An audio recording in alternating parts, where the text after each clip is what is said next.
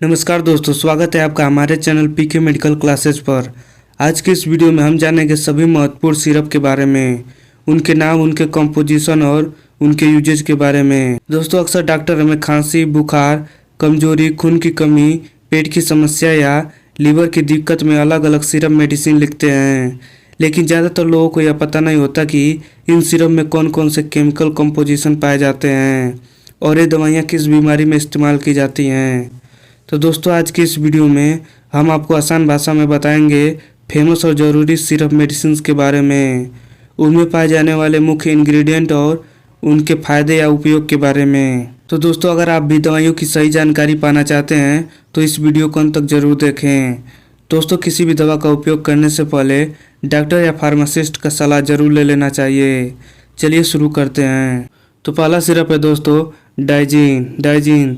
चलिए जानते हैं इसके कंपोजिशन के बारे में, यानी कि दोस्तों डाइजीन में क्या पाया जाता है।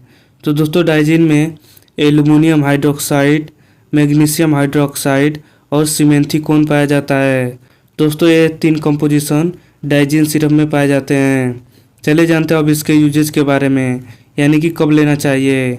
तो दोस्तों, इंडाइजेशन की कंडीशन में इस सिरप का उपयोग किया जाता है, यानी कि पाचन में समस्या होने पर, साथ ही गैस और एसिडिटी होने पर भी डाइजीन सिरप का उपयोग किया जाता है। साथ ही स्टोमच अल्सर यानी कि पेट में छाले होने पर भी डाइजीन सिरप का उपयोग किया जाता है। चले जानते हैं इसके डोज के बारे में, यानी कि कितनी मात्रा में देनी चाहिए। तो दोस्तों, इन एडल्ट यानी कि 18 साल से ऊपर के लोगों में 10 ml TDS यानी कि 10 ml दिन में 3 बार दिया जाता है। साथ ही इन चिल्ड्रन यानी कि बच्चों में 5 ml BD यानी दिन में 2 बार दिया जाता है। अगला सिरप है दोस्तों डेक्सोरेंज कुछ इस प्रकार की पैकेजिंग में आता है। चलिए जानते हैं दोस्तों इसके कंपोजिशन के बारे में, यानी कि इसमें क्या पाया जाता है। तो दोस्तों, इसमें फेरिक अमोनियम सिट्रेट, साइनोकोबालामीन और फोलिक एसिड पाया जाता है। दोस्तों, इसमें 3 कंपोजिशन पाए जाते हैं। चलिए जानते हैं अब इसके यूजेस के बारे में, यानी कब लेनी चाहिए। दोस्तों, एनीमिया यानी खून की कमी होने पर इस सिरप का उपयोग किया जाता है। साथ ही लो हीमोग्लोबिन, अगर किसी की बॉडी में हीमोग्लोबिन की मात्रा कम हो गई हो तब भी इस सिरप का उपयोग किया जाता है। चलिए जानते हैं इसके डोज के बारे में, यानी कि इतनी मात्रा में देनी चाहिए। तो दोस्तों, इन एडल्ट में यानी कि एडल्ट में 5 ml BD यानी दिन में 2 बार दिया जाता है। साथ ही इन चिल्ड्रन यानी बच्चों में भी 5 ml BD दिन में 2 बार दिया जाता है। दोस्तों, अगला सिरप है जिंकोविट सिरप। दोस्तों, इसका केमिकल कंपोजिशन होता है मल्टीविटामिन्स और जिंक, यानी इसमें 2 कंपोजिशन पाए जाते हैं, एक तो मल्टीविटामिन्स होते हैं और दूसरा जिंक पाया जाता है। चलिए अब जानते हैं दोस्तों इसके यूजेज के बारे में, यानी कि इसका उपयोग कब किया जाता है। तो दोस्तों, जब भी किसी को कमजोरी हो तो इस सिरप का उपयोग किया जाता है। साथ ही दोस्तों, यह सिरप इम्यूनिटी बूस्टर होता है, यानी कि रोग प्रतिरोधक क्षमता बढ़ाता है। चलिए जानते हैं अब इसके डोज के बारे में। तो दोस्तों, एडल्ट में 5 ml OD यानी दिन में 1 बार दिया जाता है। साथ ही बच्चों में भी 5 ml दिन में 1 बार दिया जाता है। अगला सिरप है दोस्तों नीरी, यह भी बहुत ही फेमस सिरप होता है। चलिए जानते हैं दोस्तों इस सिरप के यूजेज के बारे में, यानी इसे कब लेना चाहिए। तो दोस्तों, इस सिरप का उपयोग किडनी स्टोन यानी पथरी की समस्या में किया जाता है। साथ ही UTI यानी कि यूरिन में इन्फेक्शन होने पर किया जाता है। साथ ही किडनी डिसीज यानी किडनी की कोई भी बीमारी होने पर इस सिरप का उपयोग किया जाता है। चलिए अब जानते हैं इसके डोज के बारे में, यानी कि कितनी मात्रा में देनी चाहिए। तो दोस्तों, एडल्ट में 10 ml BD यानी दिन में 2 बार दिया जाता है।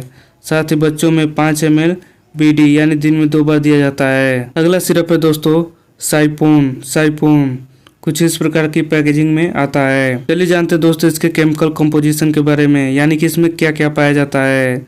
तो दोस्तों, इसमें साइप्रोहेप्टेडिन होता है, सोर्बिटोल होता है और ट्राइकोलिन होता है। दोस्तों, ये 3 कंपोजिशन साइपोन सिरप में पाए जाते हैं।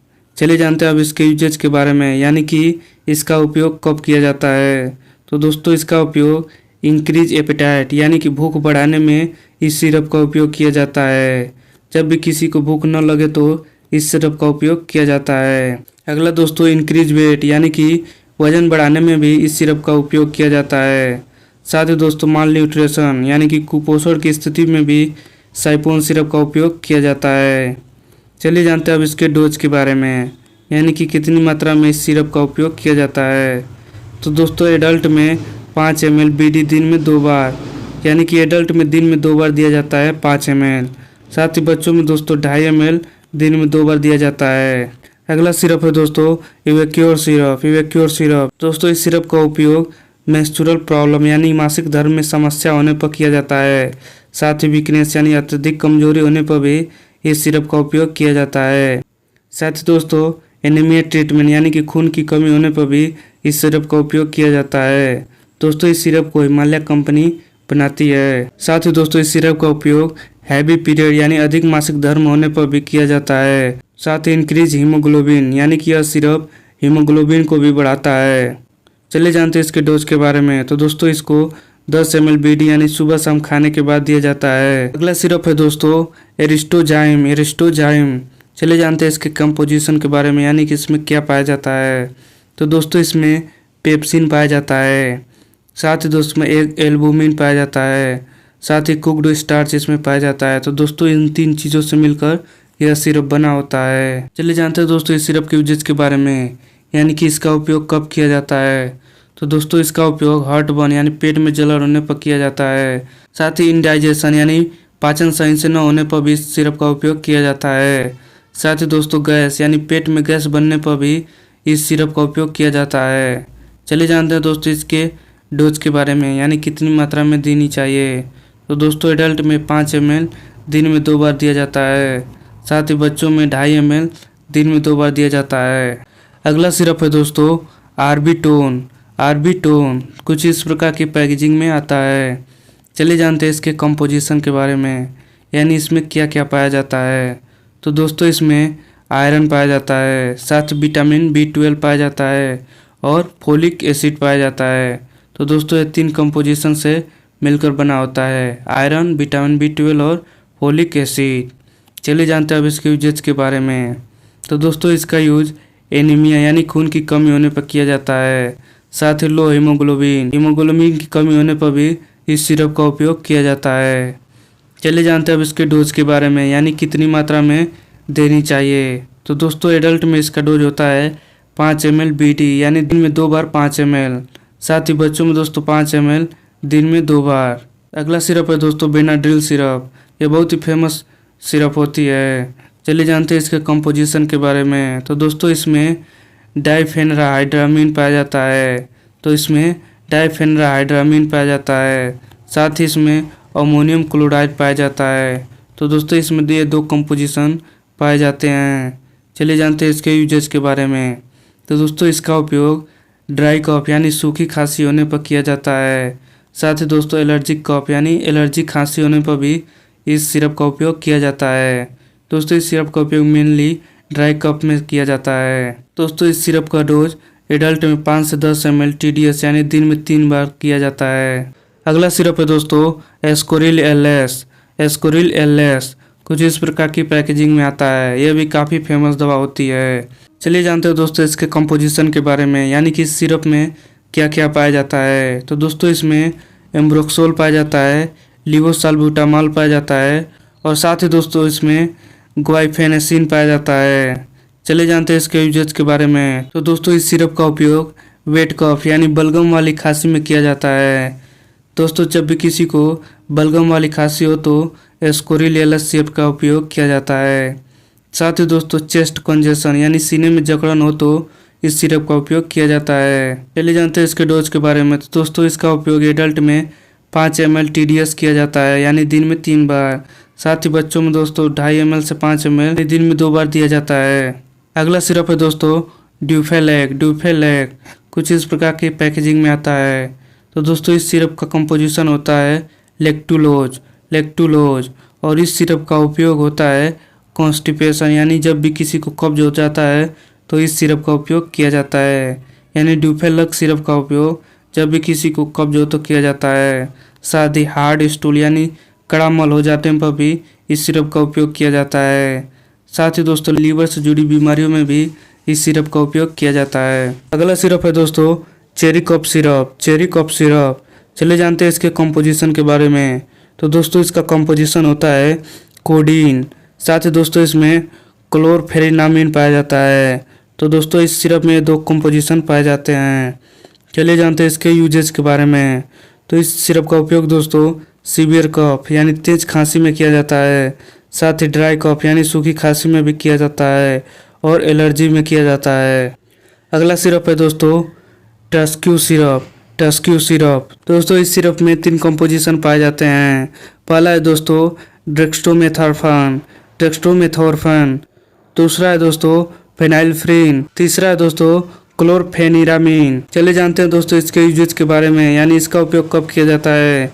तो दोस्तों टस्क्यू सिरप का उपयोग ड्राई कफ सूखी खांसी में किया जाता है, साथ ही कोल्ड और एलर्जी यानी सर्दी और एलर्जी में भी इस सिरप का उपयोग किया जाता है। अगला सिरप है दोस्तों लिप 52।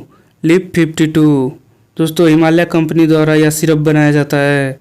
दोस्तों इसका कंपोजिशन होता है चपारिस स्पुनोसा। साथ ही दोस्तों इसमें चिचोरियम इंटाइबस पाया जाता है, साथ ही मंड्यूस भस्मा पाया जाता है। दोस्तों यह एक आयुर्वेदिक सिरप होता है और इसका उपयोग लीवर प्रॉब्लम यानी लीवर की समस्या में किया जाता है, साथ ही लॉस ऑफ एपेटाइट यानी भूख की कमी होने पर भी यानी भूख न लगे तो भी इस सिरप का उपयोग किया जाता है। साथ ही डाइजेस्टिव प्रॉब्लम पाचन से जुड़ी समस्या में भी इस सिरप का उपयोग किया जाता है। अगला सिरप है दोस्तों एस्कोरिल सिरप। एस्कोरिल सिरप ये भी काफ़ी फेमस सिरप होता है। चलिए जानते हैं इसके कंपोजिशन के बारे में, यानी कि इसमें क्या क्या पाया जाता है। तो दोस्तों इसमें साल्ब्यूटामॉल पाया जाता है, साथ ही ब्रोहेक्सामिन पाया जाता है और गुएफेनेसिन पाया जाता है। दोस्तों ये 3 कंपोजिशन इस सिरप में पाए जाते हैं। चलिए जानते हैं इसके यूजेस के बारे में, यानी इसे कब लेनी चाहिए। तो दोस्तों इसका उपयोग वेट कफ यानी बलगम वाली खांसी में किया जाता है, साथ ही चेस्ट कंजेशन यानी सीने में जकड़न हो तो भी इस सिरप का उपयोग किया जाता है, साथ ही ब्रीथिंग प्रॉब्लम यानी सांस लेने में दिक्कत हो तो भी इस सिरप का उपयोग किया जाता है। अगला सिरप है दोस्तों जेडेक्स सिरप। जेडेक्स सिरप दोस्तों इसका कंपोजिशन होता है डेक्स्ट्रोमेथोर्फेन, फेनाइलेफ्रीन और क्लोरफेनिरामीन। दोस्तों ये 3 कंपोजिशन इस सिरप जेडेक्स सिरप में पाए जाते हैं और इसका उपयोग दोस्तों ड्राई कफ यानी सूखी खांसी में किया जाता है, साथ ही दोस्तों कोल्ड जुखाम और एलर्जी की कंडीशन में भी इस सिरप का उपयोग किया जाता है। अगला सिरप है दोस्तों green linctus syrup. Green linctus syrup दोस्तों इस सिरप में डेक्स्ट्रोमेथॉर्फेन और क्लोरोफेनिरामीन पाए जाते हैं। दोस्तों ये 2 कंपोजिशन इस सिरप में पाए जाते हैं। दोस्तों इस सिरप का उपयोग ड्राई कफ सूखी खांसी में किया जाता है, साथ ही एलर्जी और कोल्ड की कंडीशन में भी इस सिरप का उपयोग किया जाता है। अगला सिरप है दोस्तों क्रीमाफिन सिरप। क्रीमाफिन सिरप यहाँ पे आप देख सकते हैं। चलिए जानते हैं दोस्तों इस सिरप के कंपोजिशन के बारे में, यानी कि क्रीमाफिन सिरप में क्या क्या पाया जाता है। दोस्तों इस सिरप में लिक्विड पैराफिन होता है, मिल्क ऑफ मैग्नीशिया होता है, साथ ही दोस्तों इसमें सोडियम पिकोसोल्फेट होता है। चलिए जानते हैं इसके यूजेस के बारे में। तो दोस्तों इस सिरप का उपयोग कॉन्स्टिपेशन यानी कब्ज की समस्या में किया जाता है, हार्ड स्टूल यानी जब भी स्टूल कड़ा हो जाए तब इसका उपयोग किया जाता है, साथ ही डाइजेशन प्रॉब्लम यानी पाचन की समस्या होने पर भी इस क्रीमाफिन सिरप का उपयोग किया जाता है। अगला सिरप है दोस्तों आस्थाकाइंड सिरप। यह भी काफ़ी फेमस सिरप होता है। चलिए जानते हैं इसके कंपोजिशन के बारे में। तो दोस्तों इसका कंपोजिशन होता है एम्ब्रोक्सोल, गुएफेनिसिन और टर्ब्यूटालिन। दोस्तों ये 3 कंपोजिशन इस आस्थाकाइंड सिरप में पाए जाते हैं। चलिए जानते हैं दोस्तों आस्थाकाइंड सिरप का उपयोग कब किया जाता है। तो दोस्तों इसका उपयोग कफ खांसी की कंडीशन में किया जाता है, साथ ही चेस्ट कंजेशन यानी सीने में जकड़न होने पर भी किया जाता है, साथ ही ब्रीथिंग प्रॉब्लम यानी कि सांस की समस्या होने पर भी इस सिरप का उपयोग किया जाता है। अगला सिरप है दोस्तों होनीटस सिरप। होनीटस सिरप दोस्तों ये डाबर कंपनी इस सिरप को बनाती है। चलिए जानते हैं इसके कंपोजिशन के बारे में। तो दोस्तों इसमें तुलसी, हनी और मुलेठी ये 3 कंपोजिशन पाए जाते हैं। दोस्तों ये 3 चीज़ों से मिलकर बना होता है। चलिए जानते हैं इसके यूजेस के बारे में। तो दोस्तों इसका उपयोग कफ यानी खांसी की कंडीशन में किया जाता है, साथ ही कोल्ड जुखाम हो तो भी इस सिरप का उपयोग किया जाता है, साथ ही सोर थ्रोट यानी गले में खराश होने पर भी इस होनीटस सिरप का उपयोग किया जाता है। तो दोस्तों आज के इस वीडियो में हमने जाना सभी महत्वपूर्ण सिरप के बारे में, साथ ही दोस्तों उनके केमिकल कंपोजिशन के बारे में भी और उनके यूजेस के बारे में भी। तो दोस्तों उम्मीद है यह वीडियो आपको पसंद आई होगी। ऐसी ही मेडिसिन से जुड़ी नॉलेज पाने के लिए हमारे चैनल पीके मेडिकल क्लासेस को सब्सक्राइब जरूर करें।